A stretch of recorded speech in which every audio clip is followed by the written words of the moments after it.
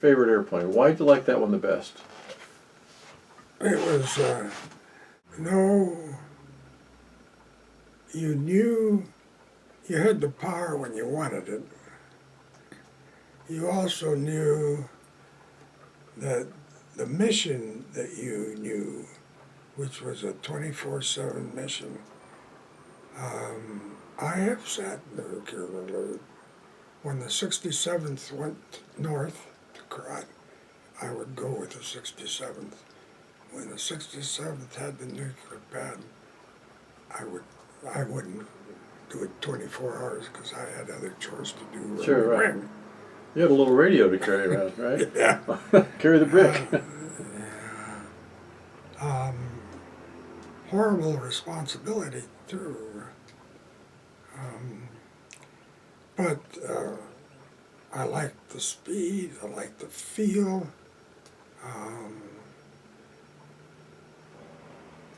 Never wanted to tangle with a MiG, you know, Right. get into any kind of a aerobatic match with him. It wouldn't be. But you could do 1.2 on the deck, and they couldn't do that. That's right. Did you ever get into that situation? Oh yeah. Well, how many combat missions did you have in Vietnam? Well, they didn't call them combat missions. They called them the boss's mission. But we did not deliver nuclear weapons. Oh, I know, yeah. I flew two that you could call combat missions. One particular mission, the guy, have you ever heard of his word, Robbie Reisner? Yeah, right. Robbie? Yeah. Robbie was considered one of the top 105 guys.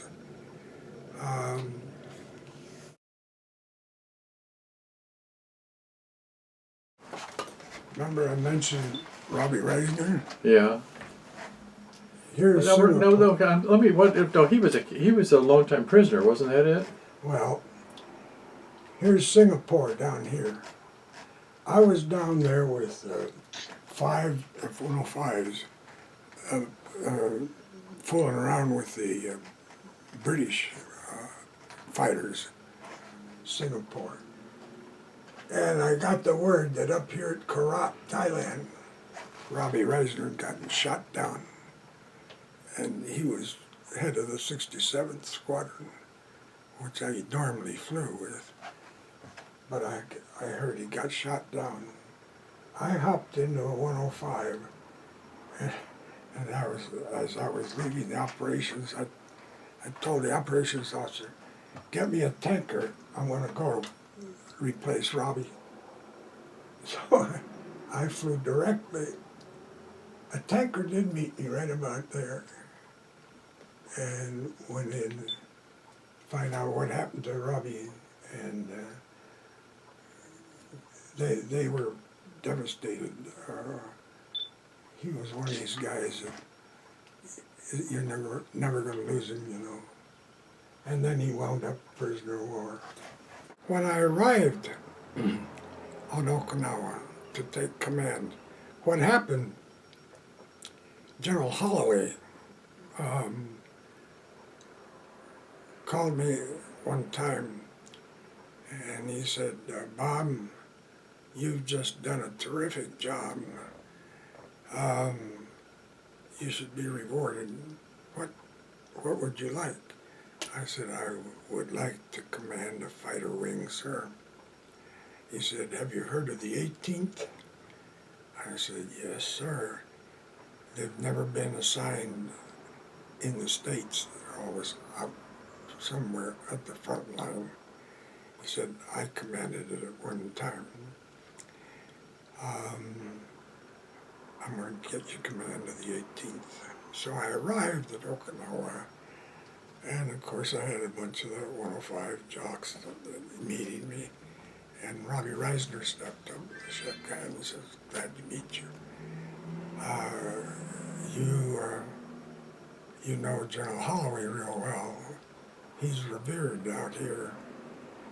And I said, oh yeah. Later, he got me aside and he said, please don't take this wrong, but we've looked you up in fighter aces. You're not in fighter aces. Huh. No one pilot remembered you did command the 51st down at Naha, so you have been in fighters. But they're a tough bunch. I have a suggestion. Again, don't take it wrong. As commander of the wing, you can order a command shootout, wing shootout, you and me. And we've got three things. We've got the over-shoulder maneuver, one.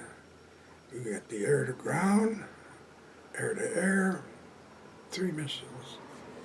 And so we'll set up a combat, you and me, 3 missions. Well, I actually beat him on the air-to-ground. He beat me on the over-the-shoulder and the air-to-air. So when we landed from that little shootout, he got up on the bar at the officers' club, sweaty clothes, and he said, "Hey, listen to me, jocks. You got yourself a commander." I didn't win it over Al, but he almost did. So that was my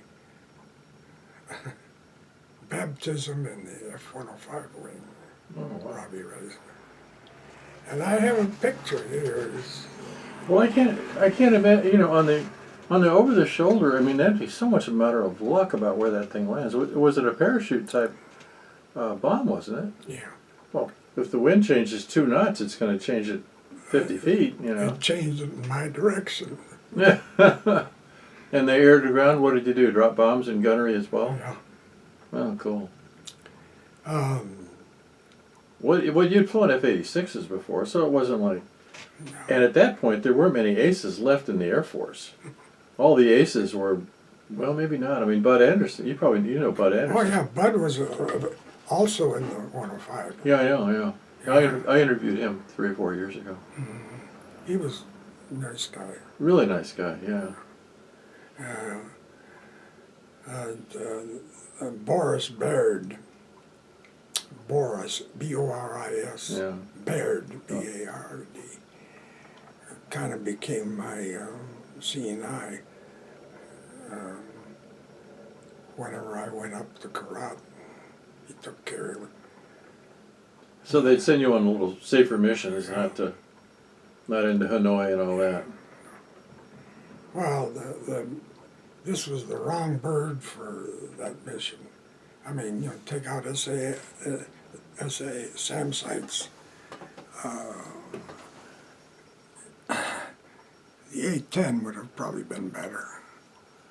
But Well, the A-10 didn't have until 1971 or 2, something like that. And they came in the same way every day. They, the guys that look at their watch and say, "Oh, it's about time." Smoke a cigarette and get ready for them to come in. not only that, the State Department, the Air Force would send out to me, out there, the orders of the day, target actions. Right. The State Department would send that same thing through state channels. The way I figured out that somebody was because the targets that we would hit once that wasn't defended, the next time I figured maybe they learned, but somebody knew we were coming. And there were plenty of targets. But I checked with a guy in the headquarters and he said, "Well, I can't state it with a certainty, but I think the State Department was sending out the target list to prevent civilian casualties, Oh. excessive civilian casualties. If I could prove it, I would, but I can't. There was something I was reading later on in the one about you. You were involved in later in your career in target selection, Oh, but yeah. that was nuclear stuff, right? Yeah. Well, I was- how much target selection could there be? I mean, did it change daily or something like that, or? I was in Omaha, Nebraska.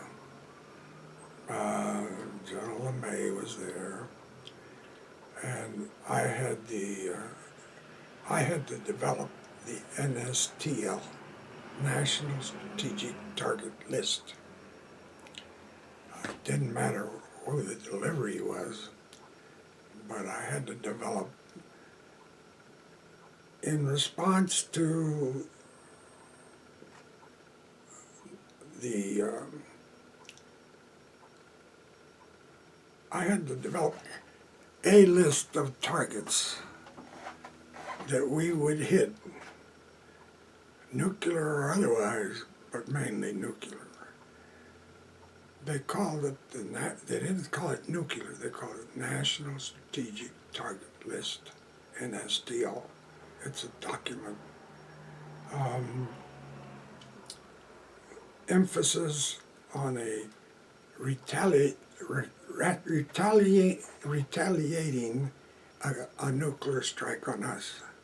In other words, what targets would we hit if we had been attacked with a nuclear response? So that's why the nuclear comes in. But in other words, I had to, okay, assuming a nuclear attack had been placed on us based on where, how bad, and so forth, where would we go after the certain targets in response to that? So it was retaliatory national strategic list. Well, when this reminds me when in Germany, 66 through 68, we set a lot of alert. Oh, it was awful. Just because there's just nothing to do, And then we'd fly. There was probably a list on where you were was a recipient of elements of the national strategic target. Well, what happened though is our nuclear alert lines, we call them lines for some reason, we always had fixed targets, and they were usually airfields, and sometimes a road intersection would seem to be important for some reason. But then during one ORI we had alternative targets, and we were supposed to, and we had a big map which showed where all the other explosions were going to go off. So we had to plan our way through so you didn't get nuked yourself. And I recall we had our helmets and we had an eye patch. We'd have to put this eye patch on, maybe remember this. So you were supposed to fly with one eye, so if you got blinded in that eye, then you could take the patch off and use your other eye. But looking at that map, I was looking and it looked like, trying to figure out all these numbers and codes, that we would be like maybe the fourth or fifth or third airplane to hit the same target. There was that much overkill, it seemed like, for all these targets. And we were trying to figure out what the hell was hitting them first. What, Polaris missiles or something or other? But it was incredible. My God, there wouldn't have been anything left. I remember that room there in Omaha, where I had to brief Secretary of Defense, LeMay, civilian, forgot what he was, on the NSTL and why we had selected that target or that target or that target. I can tell you that basically, as far as the NSTL was concerned, part of the targets were knocking out their nuclear capability. not just ballistic missiles, but other, where we had intelligence information. But also strategic points of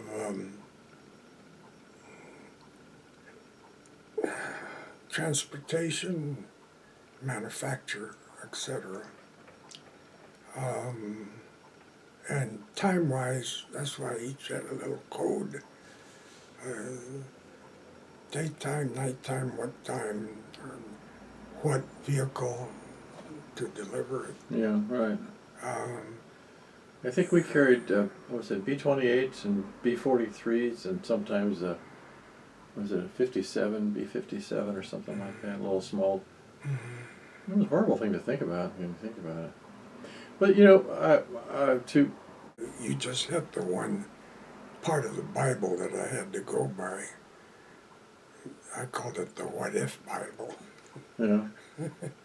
And that was to try to have a listing of targets that would be implemented if one of these what ifs happened. The What If Bible had a lot of listings, including rebellion, revolt within a particular country, etc. It was a mammoth listing, computerized, highly computerized. And that was 30 years, 40 years ago. Must really be computerized now. Oh, yeah. Well, I wonder what's going to happen with, I don't think the Iranians are going to do anything. I think they want to get their economy going again. Who? The Iranians. I mean, they have, you know, they're pretty religious, but they're not suicidal, you know. And the guy in Pyongyang, though, man. They're dangerous. But I don't think they have a desire to run the world. Well, and if you think about the guy in North Vietnam, if I was him, you know, I would do everything I could to keep everybody away. I'm going to start a war. If you guys take a punch at me, I'm going to, you know.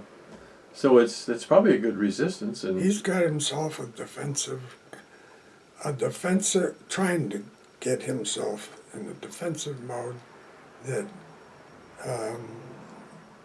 if we lose our mind and go after him, he can cause great damage. Oh, yeah. Just a standing army. Mm-hmm. They could sweep through the first 30 miles of one of the. Well, what do you think?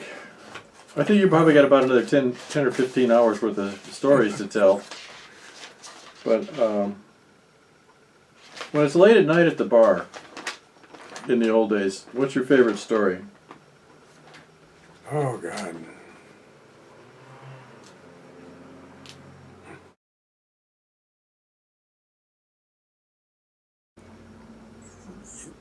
Came up with a thud. The thud now was a nuclear weapon. And the way you did it, yeah, over the shoulder. Mm-hmm. And I had in Okinawa, the wing I had in Okinawa, 105s, I had 12 airplanes lined up at 45 degrees to the runway with a chain in front of each one of those airplanes and a control pod that gave if I gave the order, the chains would drop, and they had a couple of minutes to get all airborne loaded with weapons. So we actually set nuclear alert 24/7, month after month. What year was that? 1965, 66. Well, that's what I was doing in Europe too. In 66, 67, 68, we, you know, Victor Alert, we called it. Mm-hmm. Did they call it Victor Alert in the Pacific, or? No, Thud Alert. No, I don't know why they call it Victor Alert, But so I devised a merry-go-round. The airplanes more or less stayed in place, except the ones we lost. One squadron had the nuclear alert pad. The other squadron was up in Karat combat over North Vietnam. one squadron still here in the States training to go up there. And so when these guys finished combat, they sat on the pad. Oh. The pad moved over here, and these guys had gone up there. So that every 59 days, I did it for per diem. It could have been any time. Well, where did the F-105 carry the nuclear? It was back in the tails. Bombay. It was at Bombay? You had Bombays. Look at the one at March. It's regular Bombays. I don't verbalize the story very often because it's painful. You remember the daisy chain I had sitting nuclear alert, Karat, etc. Mm-hmm. Right. There was a general in command of the Air Force over there in the South Pacific. He visited me at my headquarters there in Okinawa. And said, I came down here to congratulate you on dreaming up your daisy chain. You've been able to hold down for a full 9 months of something that would have taken 3 separate organizations to cover the same missions. So I've come down here to ask you to be Chief of Staff of 5th Air Force. That's a general's job.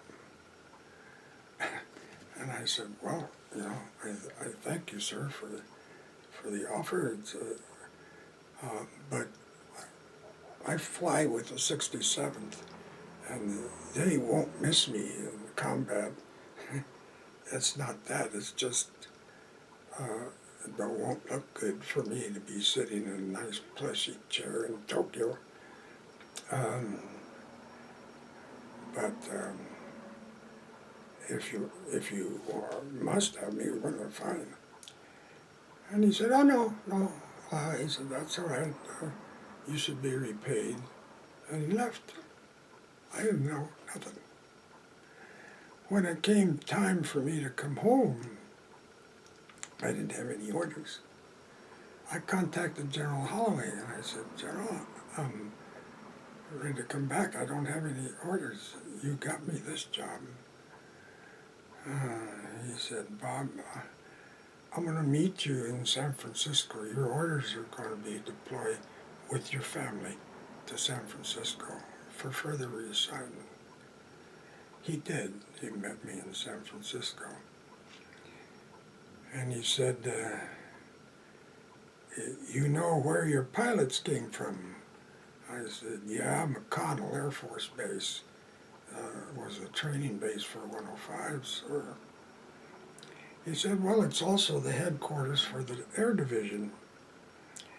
And it includes SR-71s overseas. It includes quite a bit. And it's a general officer's position. Besides that, I know you have a large family, and they have very fine quarters for the commander there. I said, but I'll never be able to promote you, Bob, because the general out in Southeast Asia has written into your record that this officer does not understand leadership.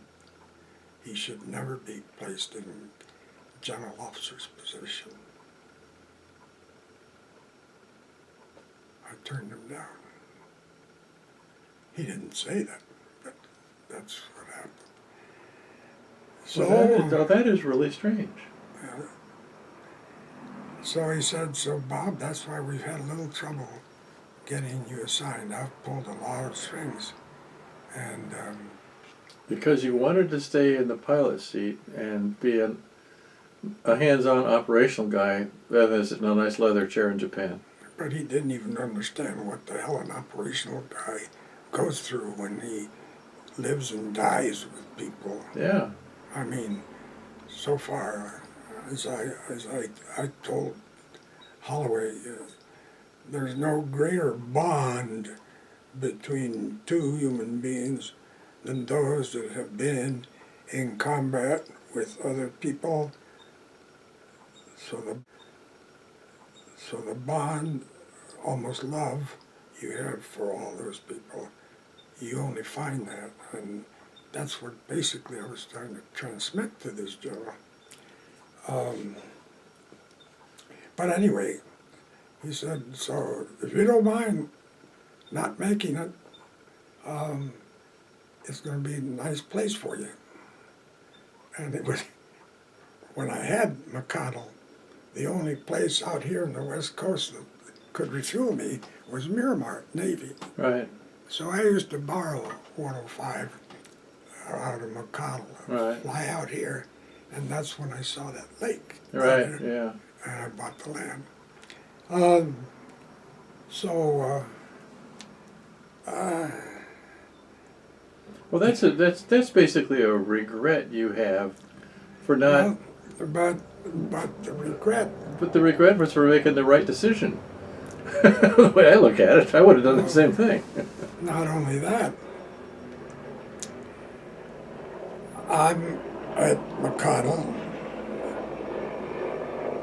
When I had arrived at McConnell, there were a couple of things that had to be taken care of. One was the governor of Kansas. Kansas is a Republican state, and the governor was a Democrat. And he needed a place to hide out.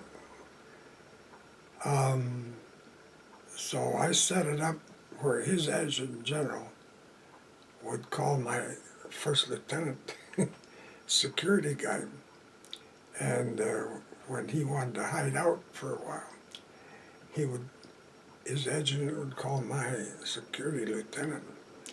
The doors would fly open. He'd drive early in the morning, VIP quarters #1, and the governor was there, unannounced. The head chef at the knew he'd furnish him food that he wanted. We had this all down. And one day, General Holloway again said, Bob, the President Johnson is out on the West Coast at a Navy base. And on his way home, he wants to visit an Air Force base. And he has selected McConnell because he knows something I don't know. You have 40 wives stashed away at an auxiliary base? I said, oh yes, I've been meaning to tell you about that. Those were the 105 wives who had lost their husbands over there, and they all followed Gladys, Queen Gladys. They loved her as much as the guys loved me. And what I did, I took a base that had been closed right north of McConnell, and I opened up the housing for these gals. And I got a picture of them, if you want to look at it. Oh, that's all right. And he said, well, it's very nice of you and all that, but right now the big problem is he wants to talk to each one of the wives and call them by name and tell them about their husbands. Also, we don't want anybody shooting at him. Your security has to be beefed up. And he wants 15,000 I Love Johnson fans out on the ramp. In a Republican state. Jesus. So you got a job right now. I'm not going to bug you. You don't even have to report in. I don't want to know. I said, okay. So I called the governor. I said, sir, on your next trip down here, I got to talk to you. So I told him. So he said, don't worry about it. just tell your security lieutenant to tell me, give me 6 hours notice or more, and I'll have the National Guard ring your base, Kansas National Guard. Right. Not a mouse could have crawled in there. Right.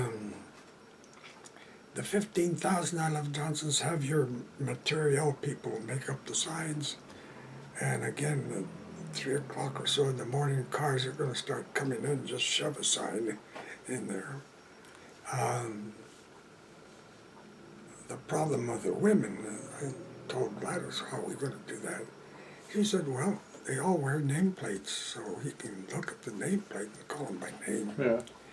And I have them come down once a month for brunch, so it won't be a surprise. And I give them a little corsage when they come down, and I can make what I do is look at the corsage, look at the nameplate, and that son of a bitch pulled it off. As we're leaving to head over towards the gals, I'm walking along. He leaned over. He was tall. He leaned over. He said, "Colonel, what's that code again?" "Thank you." And he went up and down that line. Kind of felt bad because, but on the other hand, they were so overjoyed that the president knew about their husband personally, etc. And it made them happy, but it was not me, you know. That isn't something I generally like to do. But anyway, the next day, I'm sitting in my office. Holloway called me. I said, "Bob, he's sitting down." I said, "Oh, me, he's coming back. Do something wrong?" "Oh, no. He was all aglow. You remember the chief of the Air Force was there when all this was happening." Who would that be? I've forgotten now. Shriver? No, not Shriver. No. You can see his picture. We'll pull it up in a minute. Let's. He said, no. He told the president, "I want that whippersnapper that flew down that road out in Pennsylvania, and all the things he did over at 105, I want him promoted tomorrow." Oh, wow. That's the day I made general. This is Governor Docking, I don't know that name. Kansas, Governor of Kansas. Well, that's the get. Yeah. What did you think about the war when it was going on? Did you think it was a winnable situation, or Which one? Viet Nam? I don't think you ever would win in the sense that you've conquered. It just has to fritter away like it did. This is when he first got off the airplane. Guess who that is back there with him? Oh, yeah, McNamara. Wow. Is that you right next to him there? Yeah, that's me. I was a colonel. Well, now isn't that, when you think about it, that really is interesting that that managed to get you promoted to general. It wasn't planned.